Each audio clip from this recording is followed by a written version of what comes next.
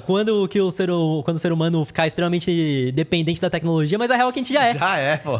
A gente foi pro Vietnã uns 4 meses atrás. E aí a gente tava num aeroporto que não tinha Wi-Fi, não tinha internet, não tinha nada. Aí eu pensei, pô, se eu tô sem internet, tô sem Wi-Fi, tô sem nada, e der algum problema aqui, acabou. Se eu ficar sem celular, o que eu vou fazer? Até mesmo, a gente veio até aqui o podcast. Tamo de carro. Se tiver sem celular, eu não sei voltar pra casa. Então as pessoas já são extremamente dependentes da tecnologia. Por exemplo, se você aí tá assistindo na sua casa e você tá totalmente integrado, só de eu falar, Alexa, desligar tudo, talvez algo tenha acontecido na sua casa. Desculpa se você voltou agora pra me xingar. Assim, Alexa, qual a temperatura? Eu falo, mano, isso aqui não é, cara... Mas acontece, viu que fizeram com o Gaules isso? Não tinha visto. Fizeram com o Gaules isso. E, tipo, ele foi na cozinha pegar comida, alguma coisa assim, mandaram mensagem, Alexa, desligar tudo. E aí desligou toda a live dele, caiu a live, cara. Pô, aí o cara não pode deixar a automação pra desligar o PC dele também, não pode, a internet. Foi inacreditável, inacreditável. Não, aí chegou no limite, assim, né? Tipo, você tá interagindo com a galera. Essa cara... Pior que o nosso estúdio tem Alexa, mas eu não vou falar o comando, que não é o comando direcional. Não é então, esse, mudei o comando, outro. tá, pessoal? Mudei comando.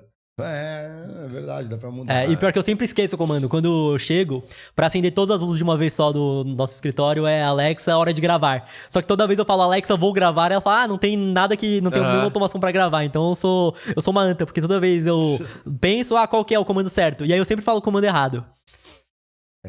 E agora a combinação da Alexa com inteligência artificial vai dar um bagulhinho legal, hein? A gente tá vendo. Ninguém tá ficando pra trás. Todas estão investindo. Então, aí até mas no caso de vocês é porque vocês não conseguem ganhar dinheiro com as artes, né? Mas até o designer que era pago antes, agora é o Midjourney, né? Então, tanto que na nossa empresa do aplicativo, nós contratamos um analista CNPI pra realmente fazer análise dos ativos, pra ter algo mais bem fundamentado.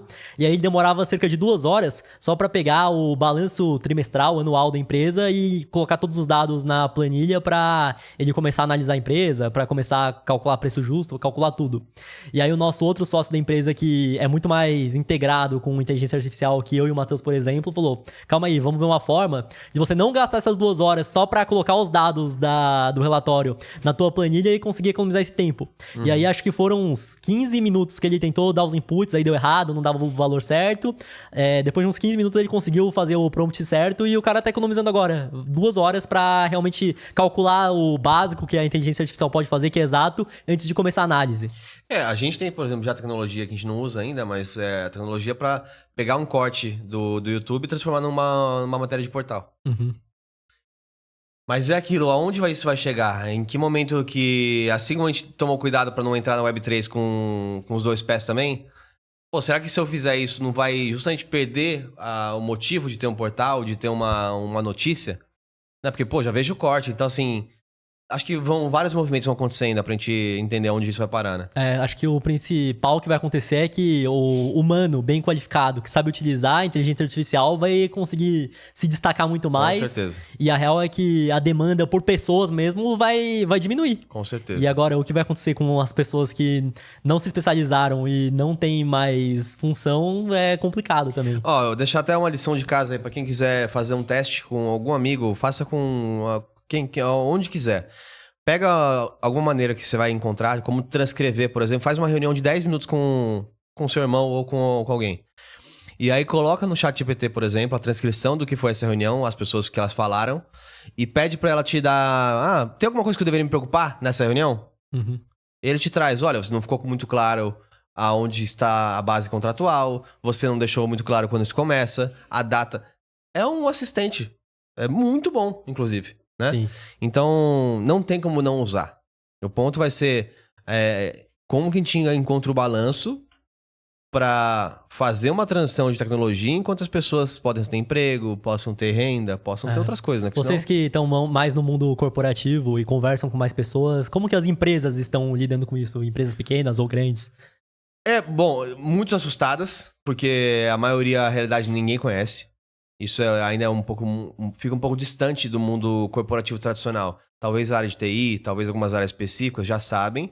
Tem áreas que tem empresas que estão introduzindo departamentos de inovação, mas não inovação como produto. Um departamento de inovação que é assim, descobrir o que eu não sei para para melhorar ver se tem aplicação. Uhum. Exatamente. Tem a Ingrid, eu falo com ali, o Salve Massaro, é um cara excelente. Ele é o cara que dá esses drives, ó, essa tecnologia aqui existe, ele faz esse intermédio com as áreas e a área fala, eu acho que isso aqui tem uma aplicação para o meu setor.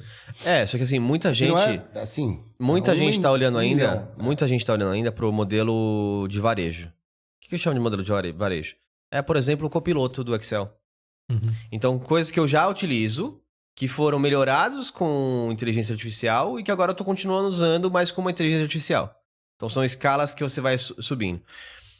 Só que o que muita gente não sabe é que assim, a inteligência artificial, em teoria, quando ela estiver um pouquinho mais bem estabelecida, demora muito pouco.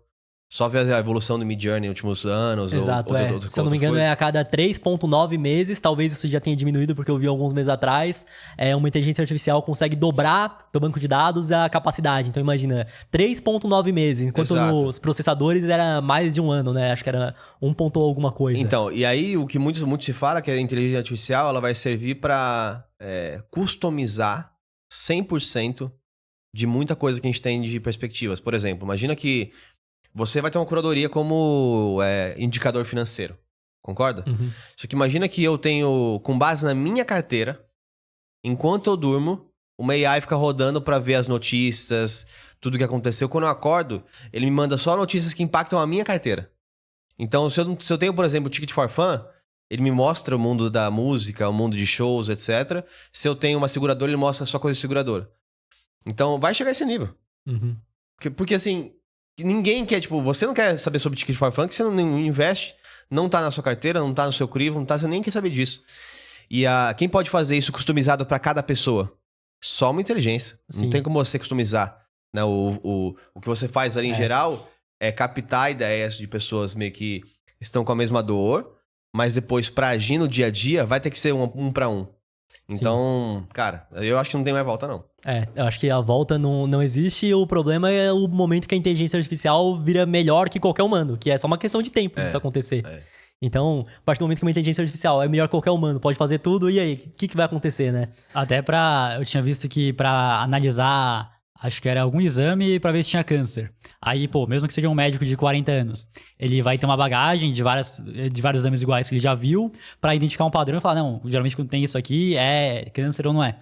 A AI não, vai pegar todos que existem no mundo, vai conseguir analisar e já dar uma opinião, uma resposta muito mais assertiva por conta de ter todo esse repertório por trás pra conseguir ir lá e falar o que é ou o que não é. E o pior é que, assim, nesse nível, por exemplo, a inteligência artificial, ela tem um tipo de conhecimento e conexões que ela faz que o ser humano não é capaz de replicar.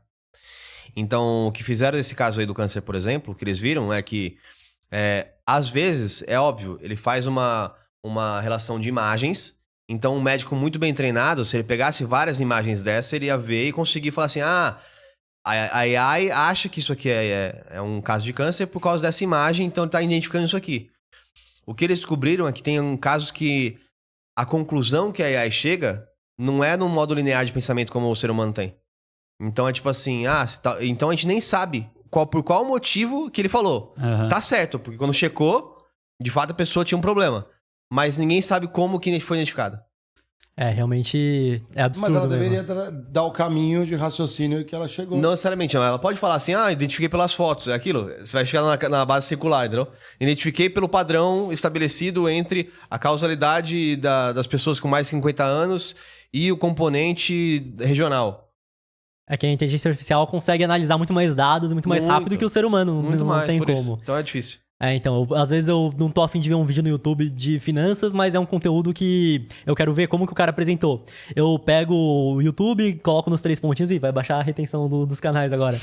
Coloco pra fazer a transcrição, coloco no ChatGPT, me resume aqui, o que ele falou, qual foi a estratégia que ele usou, como que foi o roteiro e pronto. É muito mais rápido. Imagina, por exemplo, num futuro não muito distante, não muito difícil de se imaginar. Eu chego em casa, então eu ligo lá no Gêmeos Investing. E como eu sou seguidor de vocês, ou tô lá com o meu membership, eu quero saber como que tá o mundo financeiro. Vamos falar sobre, sei lá, a Oi. Aí eu falo assim, como é que foi o dia das minhas ações na Oi? E o que vocês prepararam de conteúdo com essa inteligência, ao vivo me cria um vídeo pra mim, me contando o que aconteceu. Uhum. É possível. Sim. Já tem tecnologia, só tem que colocar ela pra rodar. Só precisa realmente aprimorar, ter mais banco de dados para conseguir fazer de uma forma melhor. E esse é meu medo, porque assim, se eu consigo imaginar, eu, nessa salinha aqui na Zona Leste de São Paulo, imagina o que os caras que estão com a tecnologia de fato não conseguem fazer já. Então é preocupante. A própria BlackRock que tem uma inteligência artificial na hora de analisar risco, né? Então, exatamente. O que nós temos acesso, o ChatGPT, mesmo que seja o 4 da vida, é algo muito pequeno comparado ao que já deve ter e nós não temos o acesso e não temos a menor ideia do que está acontecendo. É isso aí. Totalmente. Se a gente tem acesso a uma tecnologia, é porque deixaram. Tem alguma coisa aí muito mais poderosa que está em teste. Aonde está em teste? E a própria guerra das inteligências artificiais, né? A empresa que tiver a melhor vai... A real é que vai ter o domínio do mundo todo, né? Então, todas estão correndo muito provavelmente mais riscos de, sei lá, uma inteligência artificial ferrar com tudo, sair do controle por conta de que elas precisam ter a melhor, né? E tem a questão de que ela vai continuar aprendendo. Então, quanto mais a galera vai usando, ela vai absorvendo todos os tipos de pergunta. O que a galera tem? Você tem um padrão, às vezes. Então, você tem uma estatística de